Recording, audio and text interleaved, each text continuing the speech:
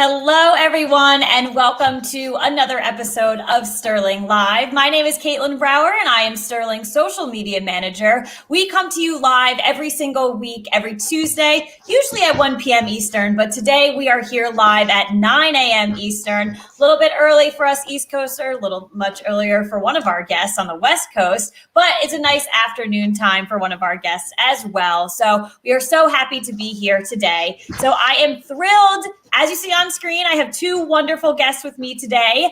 I have Sterling's head of sales for the EMEA region, Tim Stokes, here. And we also have the CEO and founder of FAMA, Ben Mones, joining me. I'm so happy to have the two of you here, and we will be discussing social media screening. So I want to let my guests introduce themselves to our audience. So Tim, I'm going to hand it off to you. Please introduce yourself. Thank you, Caitlin. That's a really warm welcome. Hi, everyone. I'm Tim Stokes. I'm head of sales at Sterling in the EMEA region. I've been here for, I think it's over 4 years now, and been in the background or the global background screening world for over 10 years. And prior to that, I've been involved in business development roles in and around recruitment, online recruitment, applicant tracking, and recruitment tech. And I work here at Sterling with a team that really encompasses SMB, mid-market, enterprise, and global sales, as well as a solutions team and a partner alliances team in EMEA as well. And really fortunate, Caitlin, to work with global colleagues as we take a real kind of global vision and regional excellence approach to onboarding new clients. And great to be here today for my first Sterling Live. So go easy on me, please. I will definitely go easy on you. And someone else whose first Sterling Live is Ben as well. So Ben, can you please go ahead and introduce yourself to our audience? Yeah, sure. Hey, everyone. Ben Mones. I'm the CEO, founder of FAMA. We're the world's largest social media screening company. Partner of Sterling for almost 3 years now. So I've gotten to know Tim over the past few as we've begun working together and getting social media screening into Sterling clients' hands all over the world. So yeah, I'm nerding out on social media screening. I've seen a lot of these Sterling Lives before. I'm excited to participate. I was a little bit nervous. I was doing my, like you said, my breathing exercises before we got going. So like we said, yeah, go easy on us. And yeah, looking forward to the conversation today. So thanks again for having me. Absolutely. And it's going to be a great conversation. And I promise there's nothing to be nervous about. We are going to have so much fun here. And I promise I will take it easy on the two of you. But yes, so again, social media screening is the topic. It's a very exciting topic. It is a hot topic out there right now. So everyone that's tuning in live right now on Facebook, LinkedIn, and YouTube, you are in for a treat. But also if you are watching on demand later, you will get a lot of knowledge from this episode. For our live viewers, I do want to remind you that you can ask questions throughout the live stream. So if you are on Facebook, LinkedIn, or YouTube, just go to the comment section. And if you have any questions for Tim or Ben during the show, please go ahead and ask them. And I will field the questions to my two guests as I see fit. So let's go ahead and get started. I do want to start with just, a basic overview of social media screening. So my first question, and Tim, we'll start off with you. Looking over to my left-hand side, I can see you first. So we're going to throw it your way first. So basic question, what is social media screening? Okay, I will defer to Ben after, who I'm sure can talk about this for days and days and days, but I'll take the first stab. So before we look at what social media screening is, I just want to kind of bring it back a little bit. Okay, let's just look at social media as a tool. So we've got 53 million-ish active social media users across the UK. I think it's north of 3.9 billion active users across the globe. So we've got more users, we're seeing more platforms pop up, and we're seeing more engagement from people using it. And with the pandemic as well, I think social media consumption, Ben, I think you told me this the other day, it's jumped by 72% during the pandemic. That's right. And posting itself on social media is at 43% since March 2020, which is madness. And people have moved to this kind of online social way of interacting over the past 12 months, in void of this kind of physical contact and the actual physical side of socializing. Hopefully not for much longer, I might add. So when you look at the I guess, the growth of social media. And when you look at all the activity that exists on social media today, when you look at it from a talent acquisition perspective, not only have we got an efficient tool for TA, both for sourcing, identifying, developing recruitment brand and EVP, but we've got this really powerful tool for vetting and background screening. Mm-hmm. It's massive. So social media screening, I guess, to answer the question, is really able to identify behaviors that are portrayed online. Certain behaviors can be red flagged and they can be highlighted at the pre-employment stage, and things that could be cause for concern. So it could be things that are derogatory, bigotry, violent behaviors, discrimination, all different types of behaviors, such as the ones that I've mentioned, that will influence a hire or a no hire decision. And I'll come to Ben shortly, but I guess the tool is really AI-based social media screening with machine learning that analyzes publicly available content, social media, blogs, message boards, and the like. So it's really a product that identifies candidates' behavior online. Ben, have I got that right? Or I'm sure you can fill in the gaps. No, you nailed it, Tim. I think that's spot on. I mean, it's certainly a growing digital space, I think, to your point, that we're all sharing, and employers around the world are asking themselves, like, are we identifying risk in a comprehensive way when it comes to screening our candidates? And as we increasingly share these digital spaces and are meeting our new coworkers online, or maybe the new hires on our team online, it becomes, I think, an area of focus for companies that want to make sure that the people that they bring on board are reflective of, as you said, kind of their public brand through the eyes of their customers or clients, through their culture through the eyes of their employees, right, or even their security posture from the internal threat management or global security standpoint. So, no, I think you nailed it in terms of exactly what it is. I think it's always useful to think about what it's not too. In the same vein, this is not a score. This is not a thumbs up or a thumbs down, a yes or a no or a recommendation on a candidate. Instead, what it really allows, the Sterling Fama partnership to do, what it allows a client to do, is to productize insights from the publicly available web and say, hey, look, we only want to know about references, as you said, to intolerance, violence, threats, hate speech, that kind of thing. And we only want to have to review a person's social media report if it contains one of those pieces of job relevant information. So it's interesting in the sense that the client actually has the ability to define what are the things that they want to see as a hit within their matrix and tie that back to, their brand cultural and security standards. But yeah, you nailed it, Tim. Got it. Those Good conversations job. we're having are paying off. That's it, right? We're done. That's it. We're done with the show. You nailed it. Yeah. No, both of you, honestly, great insight there. And I love the point of just talking about how social media usage is on the rise. Not everyone is me. I'm on social media every single day. It is my job. It's also something that I do, deeply care about. And I think social media is a powerful tool for companies, but also for people and their personal brands and everything like that. So I'm shouting from the rooftops, get on social media, be active. And I'm loving that the numbers are up, but I'm also loving that, we're taking the proper steps to where this usage is up, but we're making sure that the usage is proper and everyone's doing the right thing. And that if you are an organization hiring, you are eliminating that risk of bringing on someone that could hurt your brand and, could hurt your organization. So great insights there.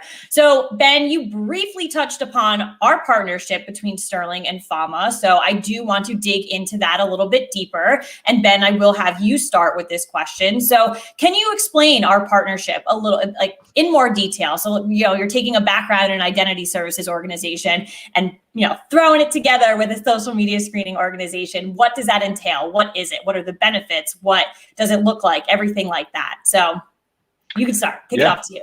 Sure. So as you mentioned, Sterling, global best in breed organization when it comes to background screening. And, we offer a technology platform that we think enriches the overall candidate experience in terms of candidate screening, but also offers employers a more comprehensive view into the people that they're hiring, especially in, as Tim said, this kind of modern day and age as we have more and more people sharing online spaces. So the partnership between Sterling and Fama is pretty straightforward. It is an integrated relationship where Sterling clients have the ability to purchase Fama's social media screening reports from directly within the Sterling user experience and the Sterling application. So benefits here are really that, the candidate experience doesn't have to change. You don't have to go to two separate, consent forms. You don't have to go through, go into two separate companies. Users don't have to log into two separate dashboards. But really, I think from an overall just managing the talent funnel standpoint, to be able to bring in social media screening in a way that's, legally compliant, but at the same time also doesn't slow down HR, doesn't slow down talent acquisition. I think that's one of the greatest benefits, of our partnership, is that your clients get the benefit of, our technology and the innovation that we've developed of being able to identify, for example, someone making that intolerant comment about, a coworker online without the racial slur, being able to use Fama's AI to identify, that piece of text online and to bring that into the talent screening workflow. So, I think in the world of HR and TA, and I'd be curious, Tim, to get your take on it as someone who's been the industry longer than I have, but this is like an operational play for a lot of companies too. Of course, the compliance has to be there, the coverage has to be there, but at the end of the day, it's also a huge piece of like, how is this going to slow down my day to day? How am I going to look at another piece of technology? HR is always like the catch-all from everything from like, food delivery to, I-9 United States, background screening, all that sort of thing. So I think the fact that this is a integration and seamlessly enabled, then have to sign one contract, the client, one user experience, but also most importantly, in my view, like one candidate experience too. That part is huge, because we don't want to slow down candidates when they're, going through that, screening funnel either. But that would be, sort of my quick highlight from the partner standpoint. I don't know, Tim, if you want to add. No, I'd agree. Yeah, I think what I will say is that the partnership's gone from strength to strength without a shadow of a doubt. It's gaining legs as we go, isn't it? And it's growing, and it's becoming more successful. I think since the partnership started back in 2019, and the way that we look at the partnership and the way that we position social media screening is through a product that's automated to start with. When we look at automation and technology, one that's comprehensive, one that's definitely tailored, and Ben alluded to that earlier, by really being able to tailor a solution through the two organizations specific for an exact client. And that is really important. And the other is, and the way that we position the partnership is global. Yeah. Right. And that's exactly what it is. So I think when you look at Fama's tech, their experience within social media screening, their organization, and you partner that with Sterling's infrastructure, Sterling's experience, Sterling's global footprint, our forward-thinking, innovative approach to global screening, we've really managed to carve a relationship that is first class. And I think Ben will agree with that. And now very, very successful. We've learned along the way, and we've got to this point now where it is successful. And it's a partnership that's driven definitely on global. And I think a lot of work that Ben's done recently has been outside of the US, and it's been in Europe. And I think the recent work that we've done in Europe is testament to that foundation and that partnership. Yeah. I would totally agree on that piece too. The global piece is spot on. I mean, it's something where I think over the past quarter or so, we saw about more than 20% of our total volume across the platform coming through international, which is like, 2x what it was, a little bit less than 2x what it was same time last year. And yeah, it's a really interesting point, as a startup, we just started the company 6 years ago or so, which, feels like a lifetime to me, but obviously to a Sterling, that's, just the past few years or so in the recent growth trajectory of your business. So yeah, partnering with an organization that has that global reach and that infrastructure, I think, allows us to do more with less, and allows individual, I think, experiences and expertises within the partnership to shine a little bit brighter. And I think expertises is a word. Maybe it's not. We know what you mean. We can go with it. It's just live, right? Who's ever watching, just take out a dictionary, find out, tell Ben if he's wrong or right. It's okay. I'm probably wrong. Expertise, I've said 3 times, that doesn't sound right. Never expertise. Someone will let us know, so we will find out shortly. But more honestly, coffee. Yeah, it is early for Ben, guys. Leave him alone. So, but you guys have touched on so many great things in that section. Of course, looking at the client and candidate experience and making sure that that, it's seamless, it's easy. You're not adding more tools, more time into, a structure, a process that you already have. So I love that. I love the touch on the global view of things. And we're definitely going to get a lot more into the global view, as we continue this show today. But I did love that as well, because it's opening it up. It's making that product available for organizations that are global, tailoring it to the client. So I think you guys touched on a lot of great things there. So to wrap up the overview of social media screening, Tim, I'll start with you from a Sterling standpoint. Being the head of sales for the EMEA region, what organizations are we seeing, using social media screening? Good question. To answer that, it's a real mix. We've got a real diverse client base that continues to evolve and it continues to change. And we've had early adopters of the product. I'd say they probably sit within kind of healthcare, pharma, financial services as well. Professional services and tech are probably some of the industries where we're seeing sort of more activity than others. Interestingly enough, one area vertical where we have seen a lot of activity in social media, interestingly enough, even after the pandemic, is leisure and hospitality. Okay. So even in the pandemic, we've seen a lot of engagement and more inquiries. And when you look at the economy starting to bounce back and this sector opening back up again, we've seen a lot of interest in that space in social media, which is interesting. And the pubs opened up here last week, so I managed to grab my first beer, which was great, in the pub last week. But yes, the hospitality space is good. But I think when you look at financial services, healthcare, business services, and tech, those are probably some of the core ones. But we've actually had conversations with companies that are looking to roll it out as part of a wider screening program, right, to build it in. But we've actually seen a lot of interest as well, where companies are looking to roll it out as a standalone service. Okay. So we've got a real variety in different markets, but also how the tool's rolled out, whether it's part of a wider program or as an individual product. So that's probably my take. Ben, I don't know if you're seeing.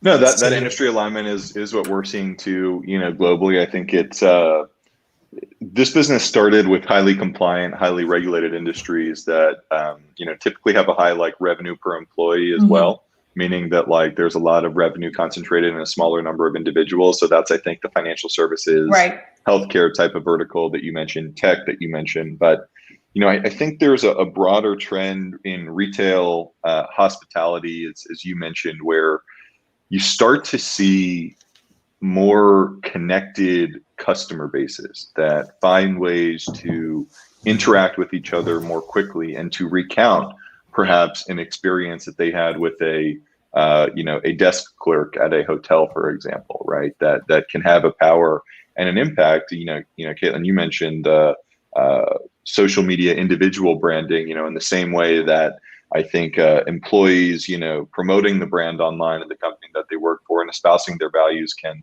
extend the company's brand in the marketplace. There's also more and more recently, I think, because the connectivity of consumers that are out there that drives that, I think, initial reason to have companies and asking their people to promote the brand, you start to see how individual employees can also detract from that global brand as well. And I think that is sort of the sea change happening, where there's a lot of companies that, yes, certainly, have been doing social media screening since it really was a thing, 2012, 2013, in the very beginning. But now I think you're starting to see more customers come on board that have more connected user bases and customer bases out there who can form a Twitter mob overnight if something goes wrong, and they want to make sure that, all their people, not just their senior executives, are, not following 100% exactly what the company has to say when they want them to say it, but more of just don't act like a racist or a violent person or harass people online, because that's not who we are and that's not what we do. So it's that simple, and I think that's straightforward, where sometimes people view social media screening as this oh my gosh, we're telling people what to do and what to say, and it's the stuff that we mostly care about anyway. It's just presented in a different format of being online or compared to in an in-person interview, where it's if someone said something racist in a job interview, probably know what to do with that information in the same way Exactly. that, we're looking at it online. So, people they don't tell us they're racist in job interviews. You almost find that people can almost hide, or they try to hide, or they think that they can hide on social media, where You can't. the reality is you're not, right? But you probably wouldn't say something if you were to meet someone in the street, but actually people are probably more inclined to write something on Twitter, because we see it all the time in the news. But yeah, people can't hide, and that's the reality. Yeah, no, for sure. And I think, that's something coming. I know like social screening is definitely not in my realm of expertise, but, helping people with social media and providing guidance and building up brands, like that's where like I sit. And that's something that is always, you have to provide that education that, everything's out there. Once it's out there, it's out there. And you need to understand, this is you, but you're also tied to a brand. So, I'm happy, Tim, that you brought that up. But then, Ben, too, like what you had said, we're not telling you what to do. No one's telling you what to do. It's just, because at the end of the day, you do want to, advocate for your brand. So I think that's just normal. That's like a normal process that every organization wants and you as an employee want. So just kind of touting that a little bit more and just kind of pushing that forward a little bit more. So, but yeah, again, great points from the two of you. So let's shift the conversation. So this is a funny thing to say. Shift the conversation to the conversation about social media screening. I had to make sure I got that phrase out. So I want to talk about how the conversation around social media screening has shifted over the years, how we've seen it. Ben, you mentioned, FAMA being around for about 6 years. Like, let's look at that, even like prior to 6 years, and where we are now in 2021. So I'm going to toss this question over the fence. You guys can decide who answers it first. I want to have a little fun there. But how has the conversation shifted over the past couple of years in regards to social media screening? I don't mind going first, and then I can throw it to Ben, and he can plug in the gaps that I missed, because I blatantly missed some. But I mean, it's changed massively. We can look back, let's say 4 years ago. And we'd go out, we'd meet clients or prospects, and they were very exploratory and intrigued, I think is the word, in engaging with social media. We would commonly get asked, what is it? Why should I use it? And how do I implement it? So what, why, and how? And there was this real nervousness around the adoption of social media screening and put it into their program. That's changed.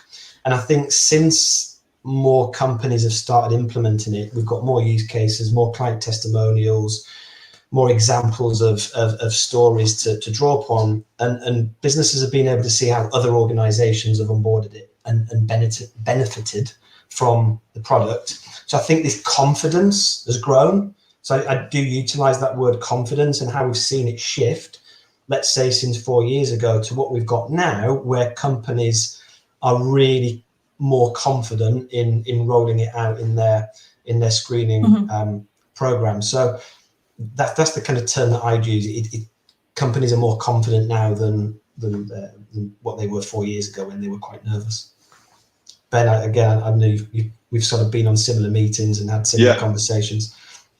No, well, it's really interesting to hear your perspective, because, we only, as you said, started working back in 2019. So I think it's interesting too to hear sort of pre-FAM. Obviously we have our own experience, but your experience in the field is a little bit different than mine. I don't think it's too far though. I mean, I would typify it by using some of the words you used in a slightly different order. That's what I'm going to go for. I'm going to do a little word rearranging. I think it started in the early days with why and what. Like, why should I even be doing this? What is it? Is this even on my radar? When I started FAMA in 2015, like, very few people were, even outside of HR and talent acquisition, very few people in like the venture capital world or the tech world, the world that I came from, were like cued into what we were doing. Like, no one really had any idea. Social media screening, like you're talking about like Facebook, like my kids are on Facebook, I think, that type of thing. And that was really the conversation we were having with executives, just 6 years ago or so. But I think over the past few years, as employees' voices have grown louder, where they have certain, I'm not going to say demands, but I would say the requirements that companies that they want to work for. They want a employer to reflect their values, to reflect their brand. Customers same story. Their voices have gotten louder. They've become, as we said a second ago, like more connected. So I think the change in social media screening has gone from why and what, where now, employers recognize that their people don't want to work next to someone that, is professing a white nationalist ideology or acting intolerant of women online. That's not the type of company many employees want to work for or that customers want to buy from. So right. I think it's less of like, should we be doing it and what is it? I think there's some education on what, where there is this kind of perceived notion of like a scoring or a thumbs up or a thumbs down or something like that we try to, actively break down every day. But my conversations have really shifted to how. My conversations are like, how do I stand up a program? What does an adjudicative matrix look like? If I'm in California, do I run, in the States, like individualized assessment? How does the GDPR, if I'm in the EU, affect what I'm trying to do as an organization? What are the job relevant behaviors? What if someone wants to be forgotten? Do you guys enable that within the application, right? So I think globally we've seen, very specific compliance questions in my area in California, but also throughout the EMEA region, we've seen a lot of questions on like, how do I implement this in a way that's GDPR compliant or fits within the broader European expanded economic region compliance directives that are out there. So I think that's really been the question that I've seen lately is like how like how do I do this? How do I stand up a program? Where in the beginning we were like pounding the table trying to convince people to do it. Now it's like, hey, we're interested in social. Right. We have 2 or 3 different vendors we're looking at, how can you guys help us make the right selection, for our business. So that's, I'd say, is the tone. It's gotten more tactical and operational as opposed to like philosophical, I guess is kind of how I would structure it. We kept, historically the last few years, a key question that we would get asked would be, what are our neighbors doing? What are our competition doing? Right. Who else is doing social media screening?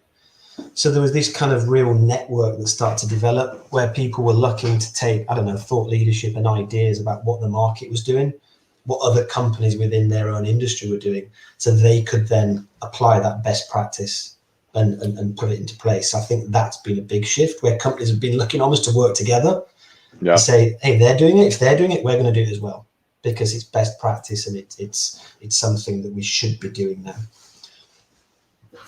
Yeah, no, again, I think everything that the two of you guys have said was great, especially too in regards to, the shift from how and what to, kind of like, yes, now, like, let's put it in, like, educate a little bit further, but how does it, go into my company, my organization? How can we wrap it around? What are competitors doing? Kind of really understanding it on that level. So I do love the shift. I think that's great. We're obviously seeing a lot of success with it. We're seeing progress and we're seeing the importance of it. So that is definitely the key takeaway there. How important has this become, over the years, and making sure, again, that organizations are doing the right thing. They are hiring the right people and overall making a safe work environment for their employees.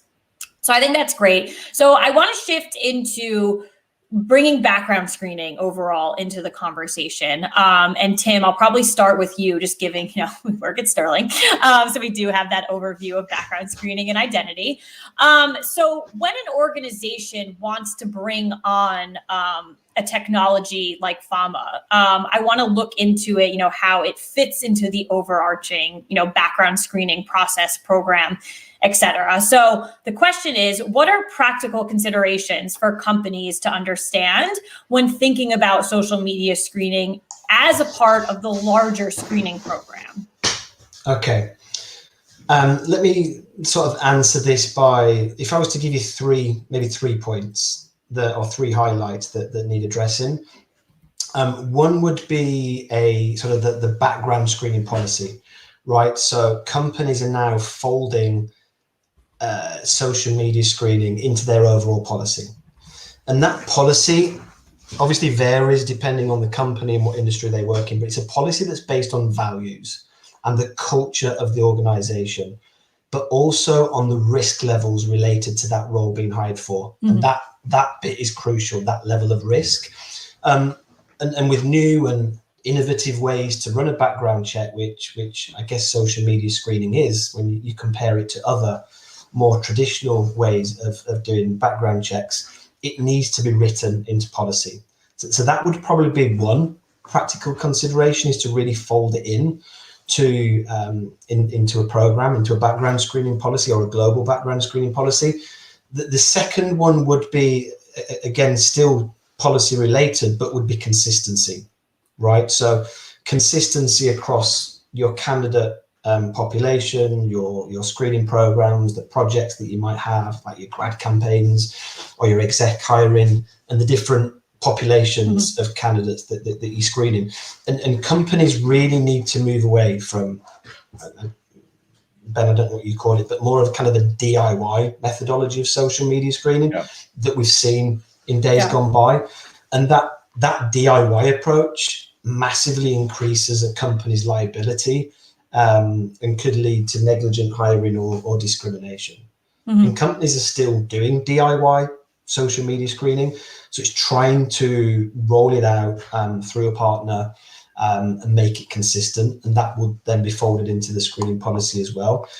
And the third one, I guess I'd probably, and it kind of bring it back to what Ben mentioned earlier, is tailoring it, right? So making it specific for that particular company. So that would be looking at what red flags that company might need to think about, because the red flags for one company are completely different to another. So it's looking at your business, the industry that you operate in, and the type of people that you're bringing in, and really tailoring that program specifically for your company. So those are probably three. So screening policy being one, consistency being a second, and tailoring probably as a third. Would be probably three of the main points. Ben, do you have anything to add there? Yeah, I would just kind of to two pieces. One of what Tim just said. A lot of times when I get asked this question, especially around the DIY piece, Tim, I try to answer it in a way that removes, the sales aspect of it from the conversation, because obviously, like, we have a vested interest in telling a company, like, hey, go through a third party instead of doing it yourself. In fact, that is the right, so that's like one of the number one pieces that we talk about, not just in EMEA, but throughout the world, right? Where, if you're doing it internally, you are leveraging the internal standards that whoever is running the check, meaning like Googling or Facebooking or Instagramming, Twittering someone, like you're using that person's sort of compass on what's bigoted and what's not, what's violent, what's not, threatening, what's not. And you're also relying on a inconsistent, non-automated process to find social media profiles and filter through them, which means that you're not giving everyone, factually the same sort of look and the same sort of analysis, which is not comprehensive, which is not consistent, right? So I think that piece, while it might come off as, well, of course Sterling says that. I mean, that's a number one, piece of advice, I would say, that I just want to make sure that is not lost in the context of the conversation here. But the second piece I would just add to is going back to the operational question, where social media screening, and we hear this all the time, it's like, yes, would we want to know information? But two,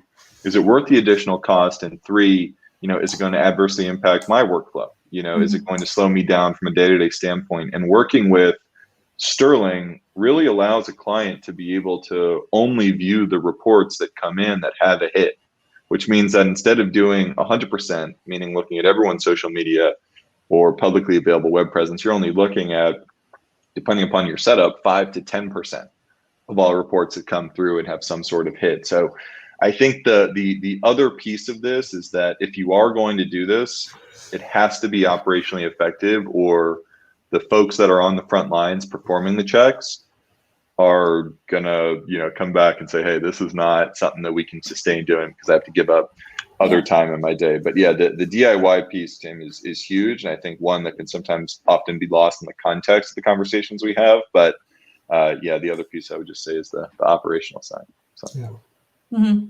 Yeah, no, and it's great. I think, the 2 points that really stood out to me for, Ben, what you just finished on, the DIY and, looking at it from, if you have an individual doing this process, or maybe a team of 2 or 3, what they're viewing as flaggable can be completely different from maybe another group of 3 people that find flaggable. But if you put it within a technology and an automated system, you're just getting kind of everything. And you as an organization can make that decision. You can understand what you define as flaggable. So I think that's very important.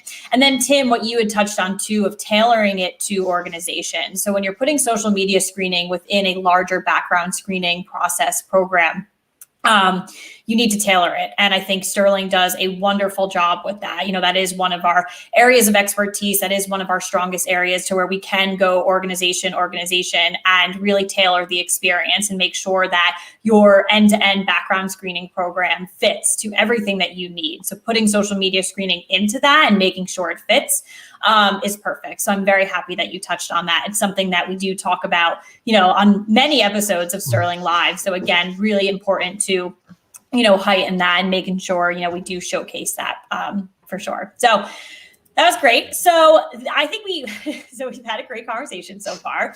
There's 2 other areas I want to touch on. So the one area is definitely, I think, the elephant in the room when it comes to social media screening. When I'm out there in my day-to-day life in social media, whether it's professionally, what I do for my career, or personally, I'm doing my social listening, I'm doing everything. When it comes to social media screening, the conversation is a lot about, how can companies do this? How is this legal? What's going on? Are you sure you're allowed to do this? You can't look at my profile. Everything, you'll hear all of that chatter. So I do want to talk about compliance, and the legalities behind this. So Ben, I'm really going to come to you for this conversation. For these questions. So my first one is another generic question. So how is social media screening compliant? Mm-hmm. Well, first, I'm not an attorney, I'm not a lawyer in any country. So just I'll caveat that and really more speak from my experience and some of again, without providing legal advice, some of what we've seen in the field. First, obviously there are a lot of regions that we're talking about right now. This is a global conversation, that we're having, which means that there are going to be different compliance structures, whether it's the FCRA in the United States, EEO regulations in the US, GDPR regulations in EMEA, CCPA regulations in California, PIPEDA regulations in Canada. Like, all of these different compliance frameworks are going to have certain degrees of variability in terms of how you can effectively deploy any background screening solution, social media or otherwise. So the first piece, though, I would kind of point to is sort of the structural sort of overlap between all those different frameworks, which relies on a few key concepts. One is obviously consent, bringing a candidate into the screening process. And anytime a third party is gathering, public data about a person and compiling it into a single report that's sold to a business for review, candidate, should have a chance and legally is required to have a chance to, contest the results, or certainly at the very minimum, sign off that they consent to have this check performed in an informed way, not something that's kind of like hidden behind like a terms of service wall, but something that's very clear. Says, hey, this is the check that's happening. So obtaining consent and bringing the candidate into the process when that report is adjudicated, that's one key piece of compliance, not just for social media, but for a range of different types of background screening. I think the second piece, though, is the focus on job relevant information. That's the other big piece of compliance that sort of is pervasive across these different frameworks, that ensuring that the only data that an employer, whether it's talent acquisition, HR, security, legal, whoever in the organization is reviewing the reports, shared services, that they are only reviewing information that, should it exist, if it exists, would have a client-defined, a customer-defined impact on that business's operations, whether it's building a great culture, building a great brand, or maintaining the security posture of their organization. So that's the second piece. It's, starting with consent and bringing the candidate into the process. The second piece being, how do we ensure that we're only highlighting job relevant information in our reporting, which is, another big piece of any social media screening program. And I would say the third piece of this, and there's obviously a lot of detail here, whether it's like in the EU, the right to be forgotten, the right to challenge the results, all of that, the sort of candidate rights throughout the experience. I'd say the third final piece of the framework is, this consistency and accuracy. If I could kind of meld a few different pieces together, which is like the searches need to be conducted the same way every single time. They can't be done in a variable way, meaning like you can run, the same check on every individual applying for a certain role within your organization. But if you're doing that, you should be looking for the same types of red flags. So you're giving everyone a fair shot, when that does happen. And the second piece too is maximum possible accuracy. We should pursue wherever possible, not shortcuts, not things that win back gross margin for the service provider, but actually the types of workflows and approaches that ensure that we are pursuing to the maximum extent possible, putting accurate results in front of a client, in front of the candidate, because that final piece of it, that the companies that Sterling supports are some of the biggest companies in the world, the most well-known brands in the world, that for many people who apply to jobs there, we're kind of the final check, right? Like you've done the work, you've networked, you've gotten through the first rounds of interviews, you've done the technical part, you've gone to, non-COVID times, the social portion of the interview and impress folks with your social skills. You got the offer negotiated, and then comes the background check, right? And it's incumbent upon us as a service provider to say, hey, look, we need to make sure we're putting accurate results in front of both parties with respect and showing respect to the process and how far the candidate and employer have gone to get to this point. So the last thing anyone wants is like, that wasn't me. And it happens time to time, but limiting that wherever you can, I think is a critical piece of this. So that would be the overall non-lawyer compliance answer. Anything to add, Tim? Firstly, I'm not a lawyer either, and my second point is exactly what Ben says. Okay. Yeah. There you go. No, there you go. Yeah, I mean, it is deemed a landmine, isn't it, for legal issues? And I think organisations just need to be clear on what their program looks like. And thanks, Ben, for certainly covering that.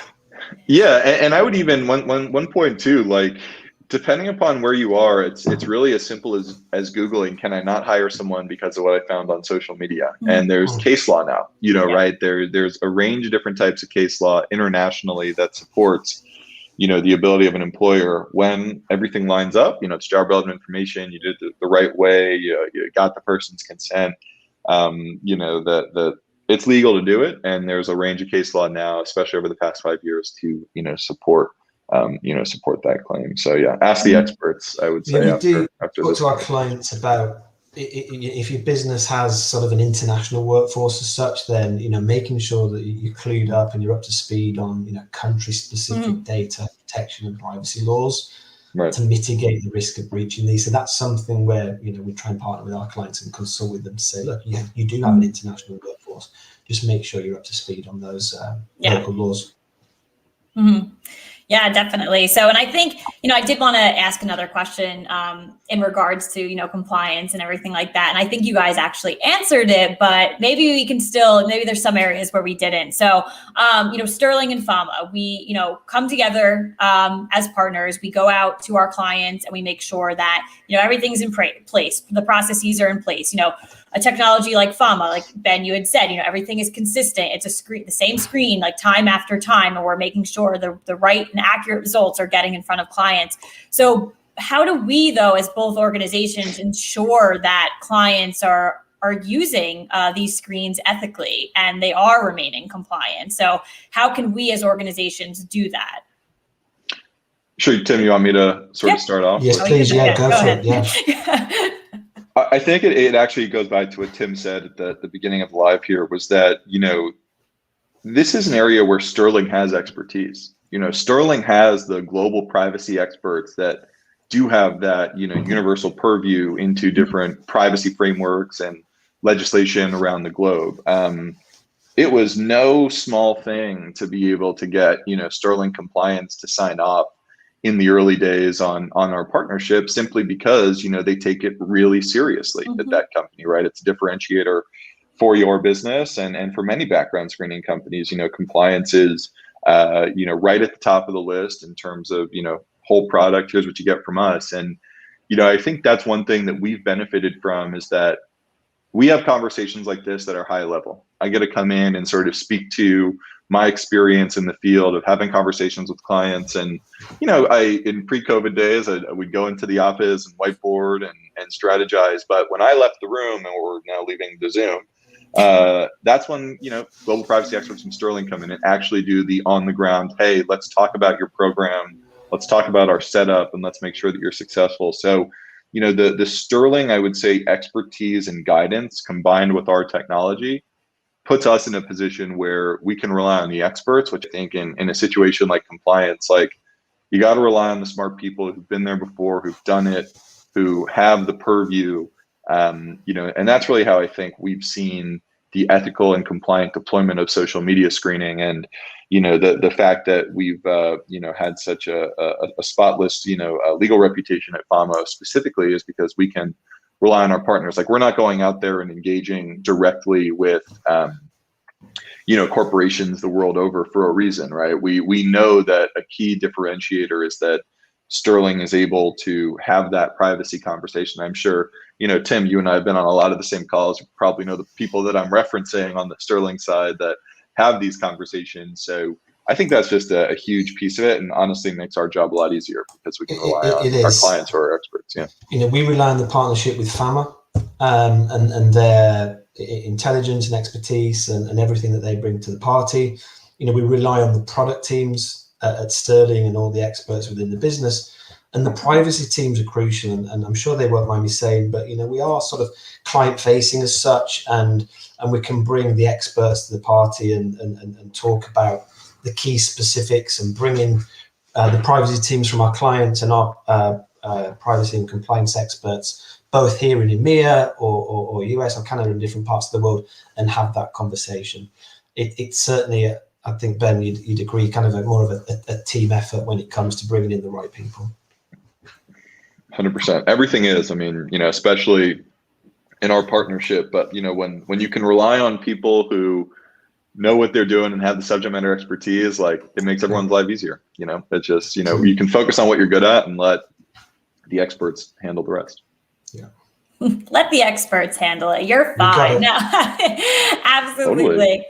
I do want to remind our audience who's watching live now on Facebook, LinkedIn, and YouTube, if you do have any questions, as we do begin to wrap up the show here, please go ahead in the comment section and ask any potential questions you might have for Tim and Ben, and I will get them over to them as I see fit. So I do want to wrap up. We've been talking a lot, obviously, around social screening, but another part is, the global view into things. So that's how I want to wrap up our conversation, and specifically around trends and kind of where we see social media screening going in the future. And let's look at it from a global standpoint. Tim, if you want to touch down specifically in the EMEA region, that's great. Ben, if you want to tackle any other parts of the world, that's great. So basically, the first question I do have, what specific trends are we seeing, in regards to social screening? And Tim, I'll start with you, and we can hone it down specifically to the EMEA region.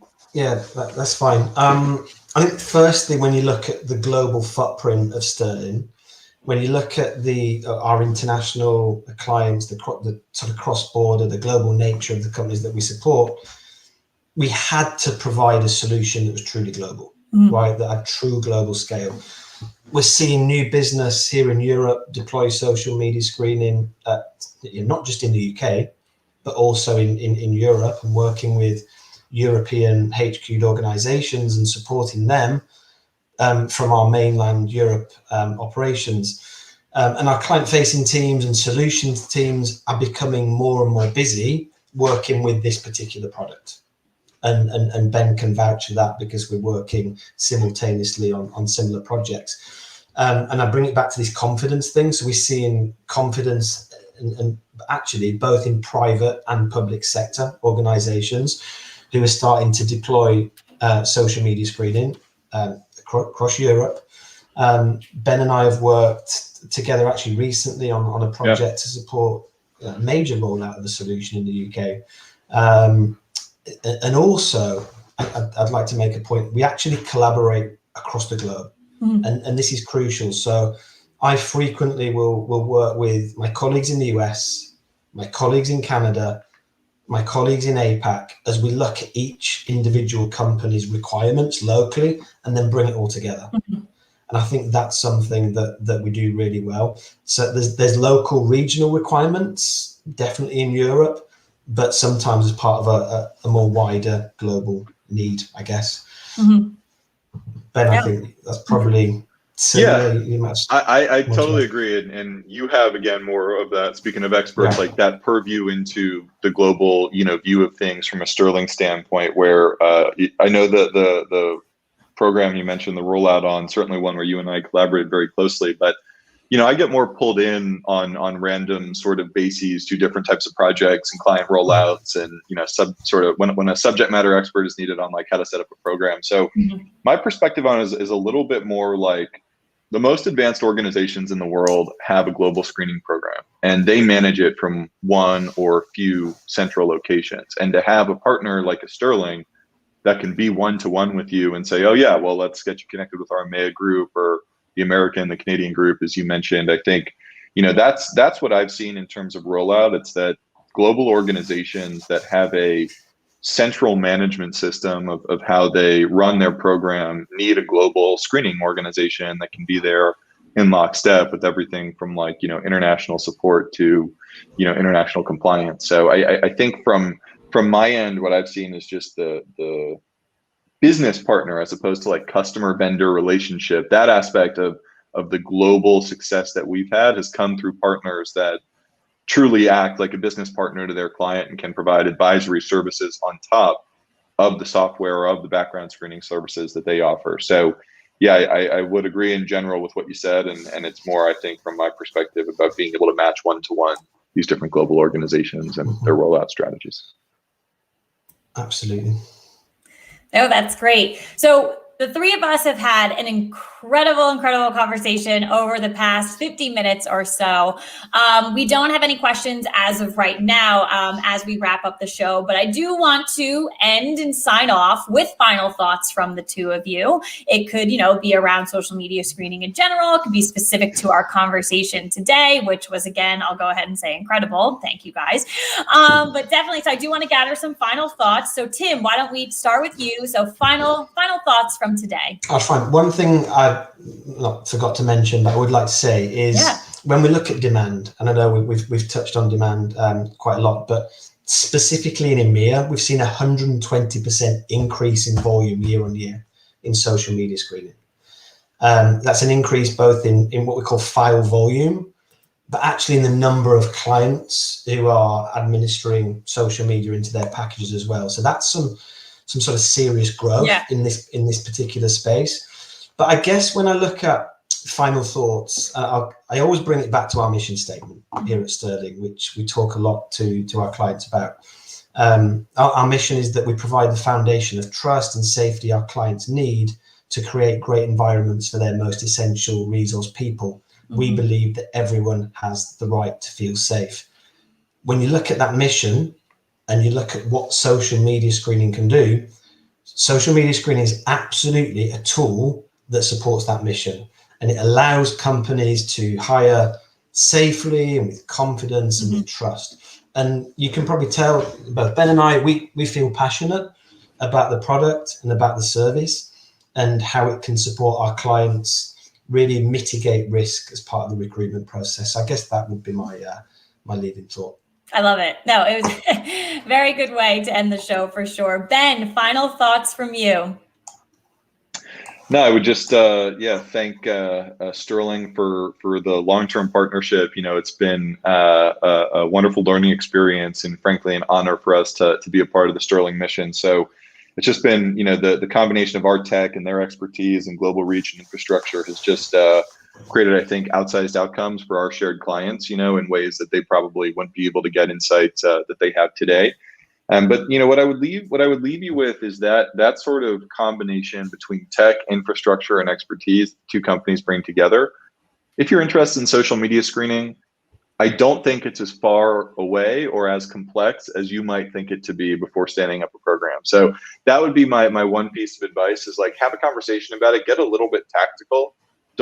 Less focus on the why and more focus on the how. That would be my kind of initial take, is to kind of go for a spin and say, all right, well, what would this look like for us? Because if you are interested, it's likely not as complex or as far afield as you might think. So that would be my final addition here. I love that too. And, so many great, little tidbits of knowledge throughout this segment today. The two of you provided so much information and so much great information for our audience, whether they're watching live or watching it on demand later. For our audience, if you do want to learn about social media screening in general, please head over to FAMA's website. It's fama.io. You can also learn about our partnership if you do go to sterlingcheck.com. We do have a global website that goes out into the UK region, the US region, the Canada region, so you can understand what we're doing around the globe. We have a lot of thought leadership out there in regards to our partnership and social media screening. So you can visit our websites, visit our social pages. You'll be sure to find it, or you can always reach out to Tim or Ben.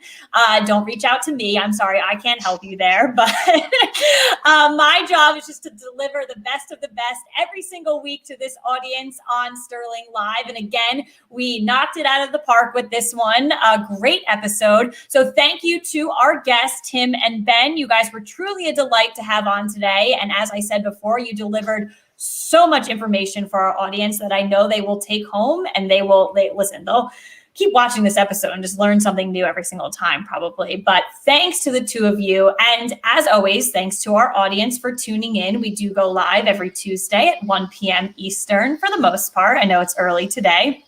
But again, thank you so much. I truly appreciate it.